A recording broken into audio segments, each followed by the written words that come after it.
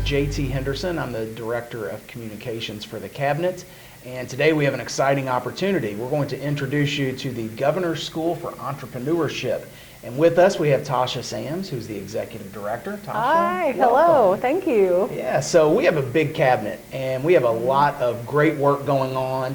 And I think I'm a little biased, but we have a lot of great people doing our work.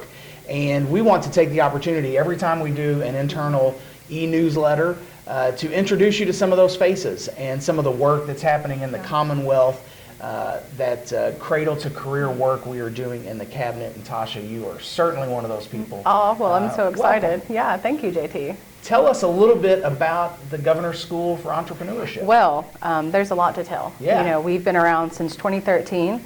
And this will be our 8th summer coming up. GSE is a residential immersion program, and I tell people all the time, it's the entrepreneurial experience of a lifetime. Yeah. And it really is. I mean, we create this entrepreneurial utopia during the summer.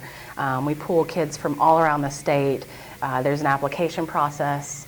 It's pretty hard to get in. You know, our acceptance rate is right at 22%. Wow. So we look for Kentucky's next Steve Jobs or Oprah or, you know, some of the most innovative people in our society. We know they exist here in Kentucky too. Yep. So the sooner we find them at that young formative age, the sooner we can change their trajectory toward becoming an entrepreneur someday. Sure. So GSE is 3 weeks. We take them through a really cool, unique, creative problem-solving process. They develop a business model around a problem, which I think is really unique. You know, I tell people that entrepreneurs are just creative problem solvers that get paid for their solutions. And that's true. Yeah. And so, you know, they go through this process, they're developing a business model, they're going to design a prototype, and then at the culmination of the program, they're going to get up on stage in front of an audience of around 400 and pitch their idea. And, you know, it's a celebration more than anything that they've completed this 21-day journey. And while they're, you know, working and creating this business model, we're going on site visits to Kentucky's most innovative startups and companies like App Harvest, or BitSource, or Forest Giant in Louisville, or El Toro. I mean, we go to Lexington, Louisville, because we want them to see, hey, there are some really cool things happening in Kentucky. And we want you to be aware of them so that you can interact with them when you go back to your home communities, and they do. Their entrepreneurial journey with us really starts at the end of the 3-week program. So that's a little bit about GSE. It's a phenomenal program. We're very busy. You know, we make use of every second of every day because entrepreneurship is a roller coaster, and we make sure to emulate that to the students that we serve. But it's a transformative experience for them and everyone involved. I mean, it's quite the journey. There's a couple things that you hit on there. One, that 22% acceptance rate. Yeah. I think part of being an entrepreneur is being told no. Oh, yeah. Am I correct? Yeah. You're absolutely right. Yeah. You know, to be an entrepreneur, you have to persevere. You have to have tenacity. And in a lot of ways, you have to be scrappy. Yeah, you know, and being accepted into the GSE program is not easy. And for some of our students, it's the first time they've been told no. Wow. And it's an interesting kind of reaction. Some students, they understand why. You know, we cater to 9th, 10th, and 11th graders, but it's hard for a 9th grader to get in on their first try. I would say it's nearly impossible. If you get in as a 9th grader, then that says a lot. Yeah. But we primarily cater to 10th and 11th graders, and we want our entrepreneurs to apply again. We want them to step back from that failure and stand up and say, okay, this is what I've learned since last year. This is who I am now. I've reflected on that. I'm going to give you something better, and they do. I presented at the Ignite Institute this fall, and a young man caught me in the parking lot. And he was like, hey, I applied last year and I didn't get in. I was really nervous. I was like, I don't know how to, you know, I'm sorry. But he was like, I understand why. He was like, I'm going to apply again this year, and I'm ready. And so it's just kind of that reflection that takes place that proves to us that, you know, this is the right move. This is what we should be doing. So I can imagine teachers are sitting, listening to this and dreaming about the soft skills that this program teaches. You said that they're going to get up in front of a group of 400 and make their pitch. They are. How many students are involved in this each summer? 72. So we're 72. Smaller, but it's intentional. What that equates to is 18 teams getting up on stage and pitching on our demo day. Tell us a little Yeah. bit about some of those soft skills. Yeah. So maybe, all 72 aren't going to go out and start their own business Right. 10 years down the road, 5 Yeah. years down the road.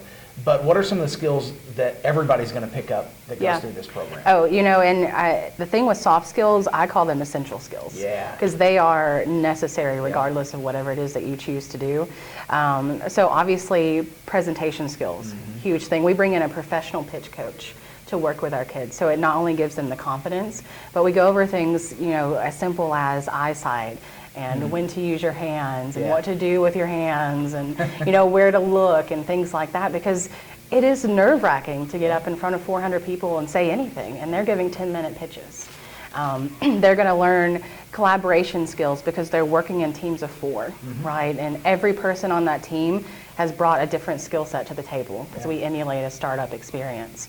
And they're going to work through conflict.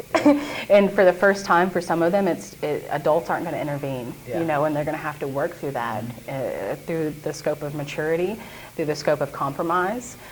Critical thinking skills, of course, everywhere, because they're solving problems, right? I mean, they're developing, they're pulling, they're synthesizing, they're analyzing.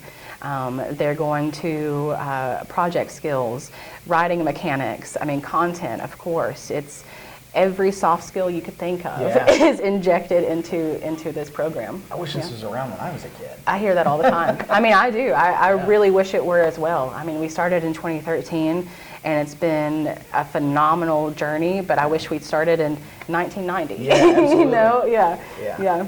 Well, you're cultivating that next generation of leaders, and I don't think Kentucky is probably known as a hub for entrepreneurs in the lines of Bezos and Jobs and folks Not like that. yet. Exactly. Yeah. But this is changing that. Yeah. So how common is a school like this in a state like Kentucky? Does anybody else have this around the country? We are the first one. Wow. Yeah, we are the first one. Now, since 2013, West Virginia has started, Tennessee, Pennsylvania. We're starting to see them pop up, and we've mentored several of those programs, but we were the first one in the nation. So it's another case of Kentucky leading the way. Absolutely. Yeah. Kentucky is, I'm so passionate about this state. I really am. But it is second to none when it comes to the governor schools we offer and the experiences therein. We are leaders in that regard. And so for Kentucky to have the foresight in 2013 to say, hey, we're this, kind of Mideastern state. We know that people, when they talk about entrepreneurship, they're talking about Colorado and California and Dallas and Boston. We want a seat at that table. And so this program is paving that way, and we're so excited to play the role that we do. Tell us a little bit about your graduates. Is there someone who, you could probably go on and on with all these success stories, but if you had to nail it down to one and tell us about one of your graduates in this program.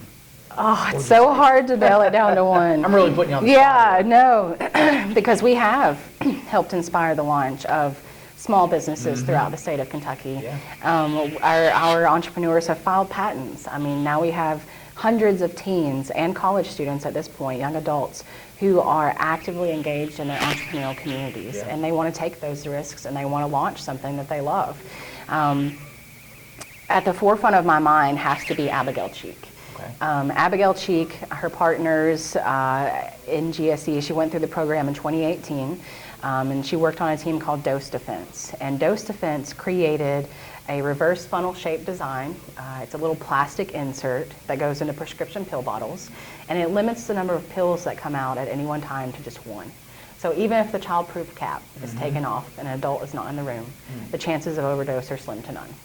It's such a simple solution to a very large problem. And they created that at GSE through our process. And it was phenomenal to watch them go through that. And by no means do we expect our entrepreneurs to continue their journey, but a lot of them do, and Dose Defense has. And so in 2020, Abigail Cheek is now, she's the CEO of Dose Defense. She's a McConnell Scholar at the University of Louisville. And I love telling this story because she was chosen to be a McConnell Scholar, not only because of a high GPA or standardized test score, because she has a patent on a product, and she's taking it through the University of Louisville's Launch It program right now to take it to market. This is exactly the kind of innovative thinkers that our colleges love on their campuses. And Abigail's journey as an entrepreneur is so unique because she had never thought about entrepreneurship before our program. Now she's got a minor in entrepreneurship. She's bringing this product to life. She's actively involved in her entrepreneurial ecosystem. She's trying to find pitch competitions so she can continue to raise capital. She's talked to people like, representatives from CVS about the potential of this product. She's doing customer discovery. I mean, Abigail's doing it. Yeah. And she's 18, And that's the cool thing about entrepreneurship is there's not a starting age. You could start today if you have an idea. And we're going to mentor you and do whatever we can to get you to where you need to be, because we don't want them to have as many repercussions from failing as maybe you would in your late adulthood or early adulthood. We kind of we put a safety net there for them. And Abigail has put in the work. She's doing a phenomenal job, and we're going to see dose defense potentially as the next standard in safety for prescription pill bottles, and it started here in Kentucky. Saving lives. Yeah, absolutely.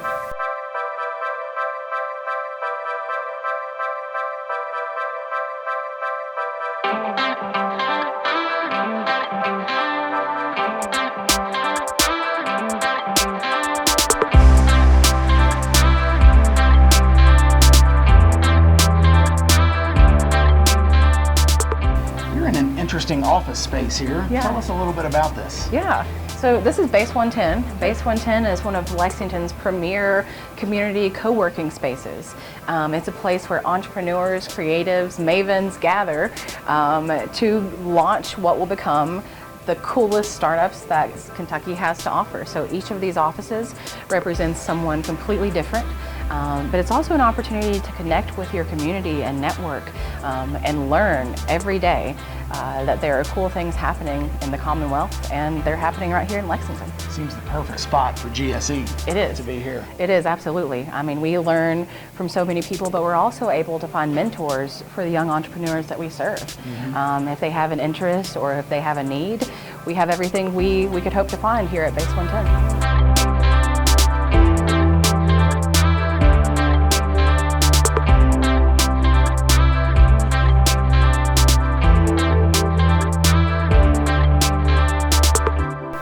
Final four time here. I'm ready. Spring this on you. I'm ready. I'm ready. I'm going to throw 4 questions to you. Just Okay. tell me the first thing that comes in your mind here, okay? I'm ready. Yeah. Number 1, favorite superhero and why? Favorite superhero, Batman, because he seems like a normal guy, but he lives in a cave that's full of technology, and I would love that. And he's also a superhero, not a villain, so he's out for the common good. That's good. That's it, yeah. So number 2, favorite restaurant. Favorite This restaurant. could be anywhere in the world. Anywhere in the world? Oh my gosh. So I went to Iceland last fall, and I swear their vegetables taste different. Like their food, I'm so serious. No, they're like, they have different potatoes. I'm convinced that they're different.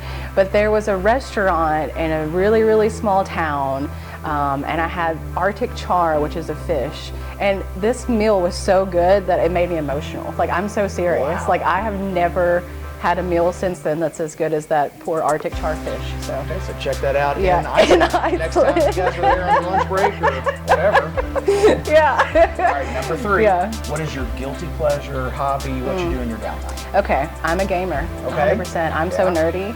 I love video games, PlayStation 4. I'm really excited about PlayStation 5. It comes out later this year. Okay. But I also do a lot of videography. So I edit, I create film, that sort of thing. So I'd say those 2 things are my guilty pleasures. Keep you busy outside of work. Oh, absolutely. Yeah. Yeah, absolutely. All right, last one. This is a little deep. Okay. What's the best advice you've ever been given? The best advice I have ever been given is that where you start is most certainly not where you're going to end. Yeah, and that it is always a journey. It's not a race to the end. And it kind of goes along the lines of if there's a will, there's a way. I would say my advice that kind of tags onto that is that education is the most powerful thing you can receive. And that is 100% true. Yeah. Final 4 fist bump. Yeah, Good awesome. job. Thank you. Thank you.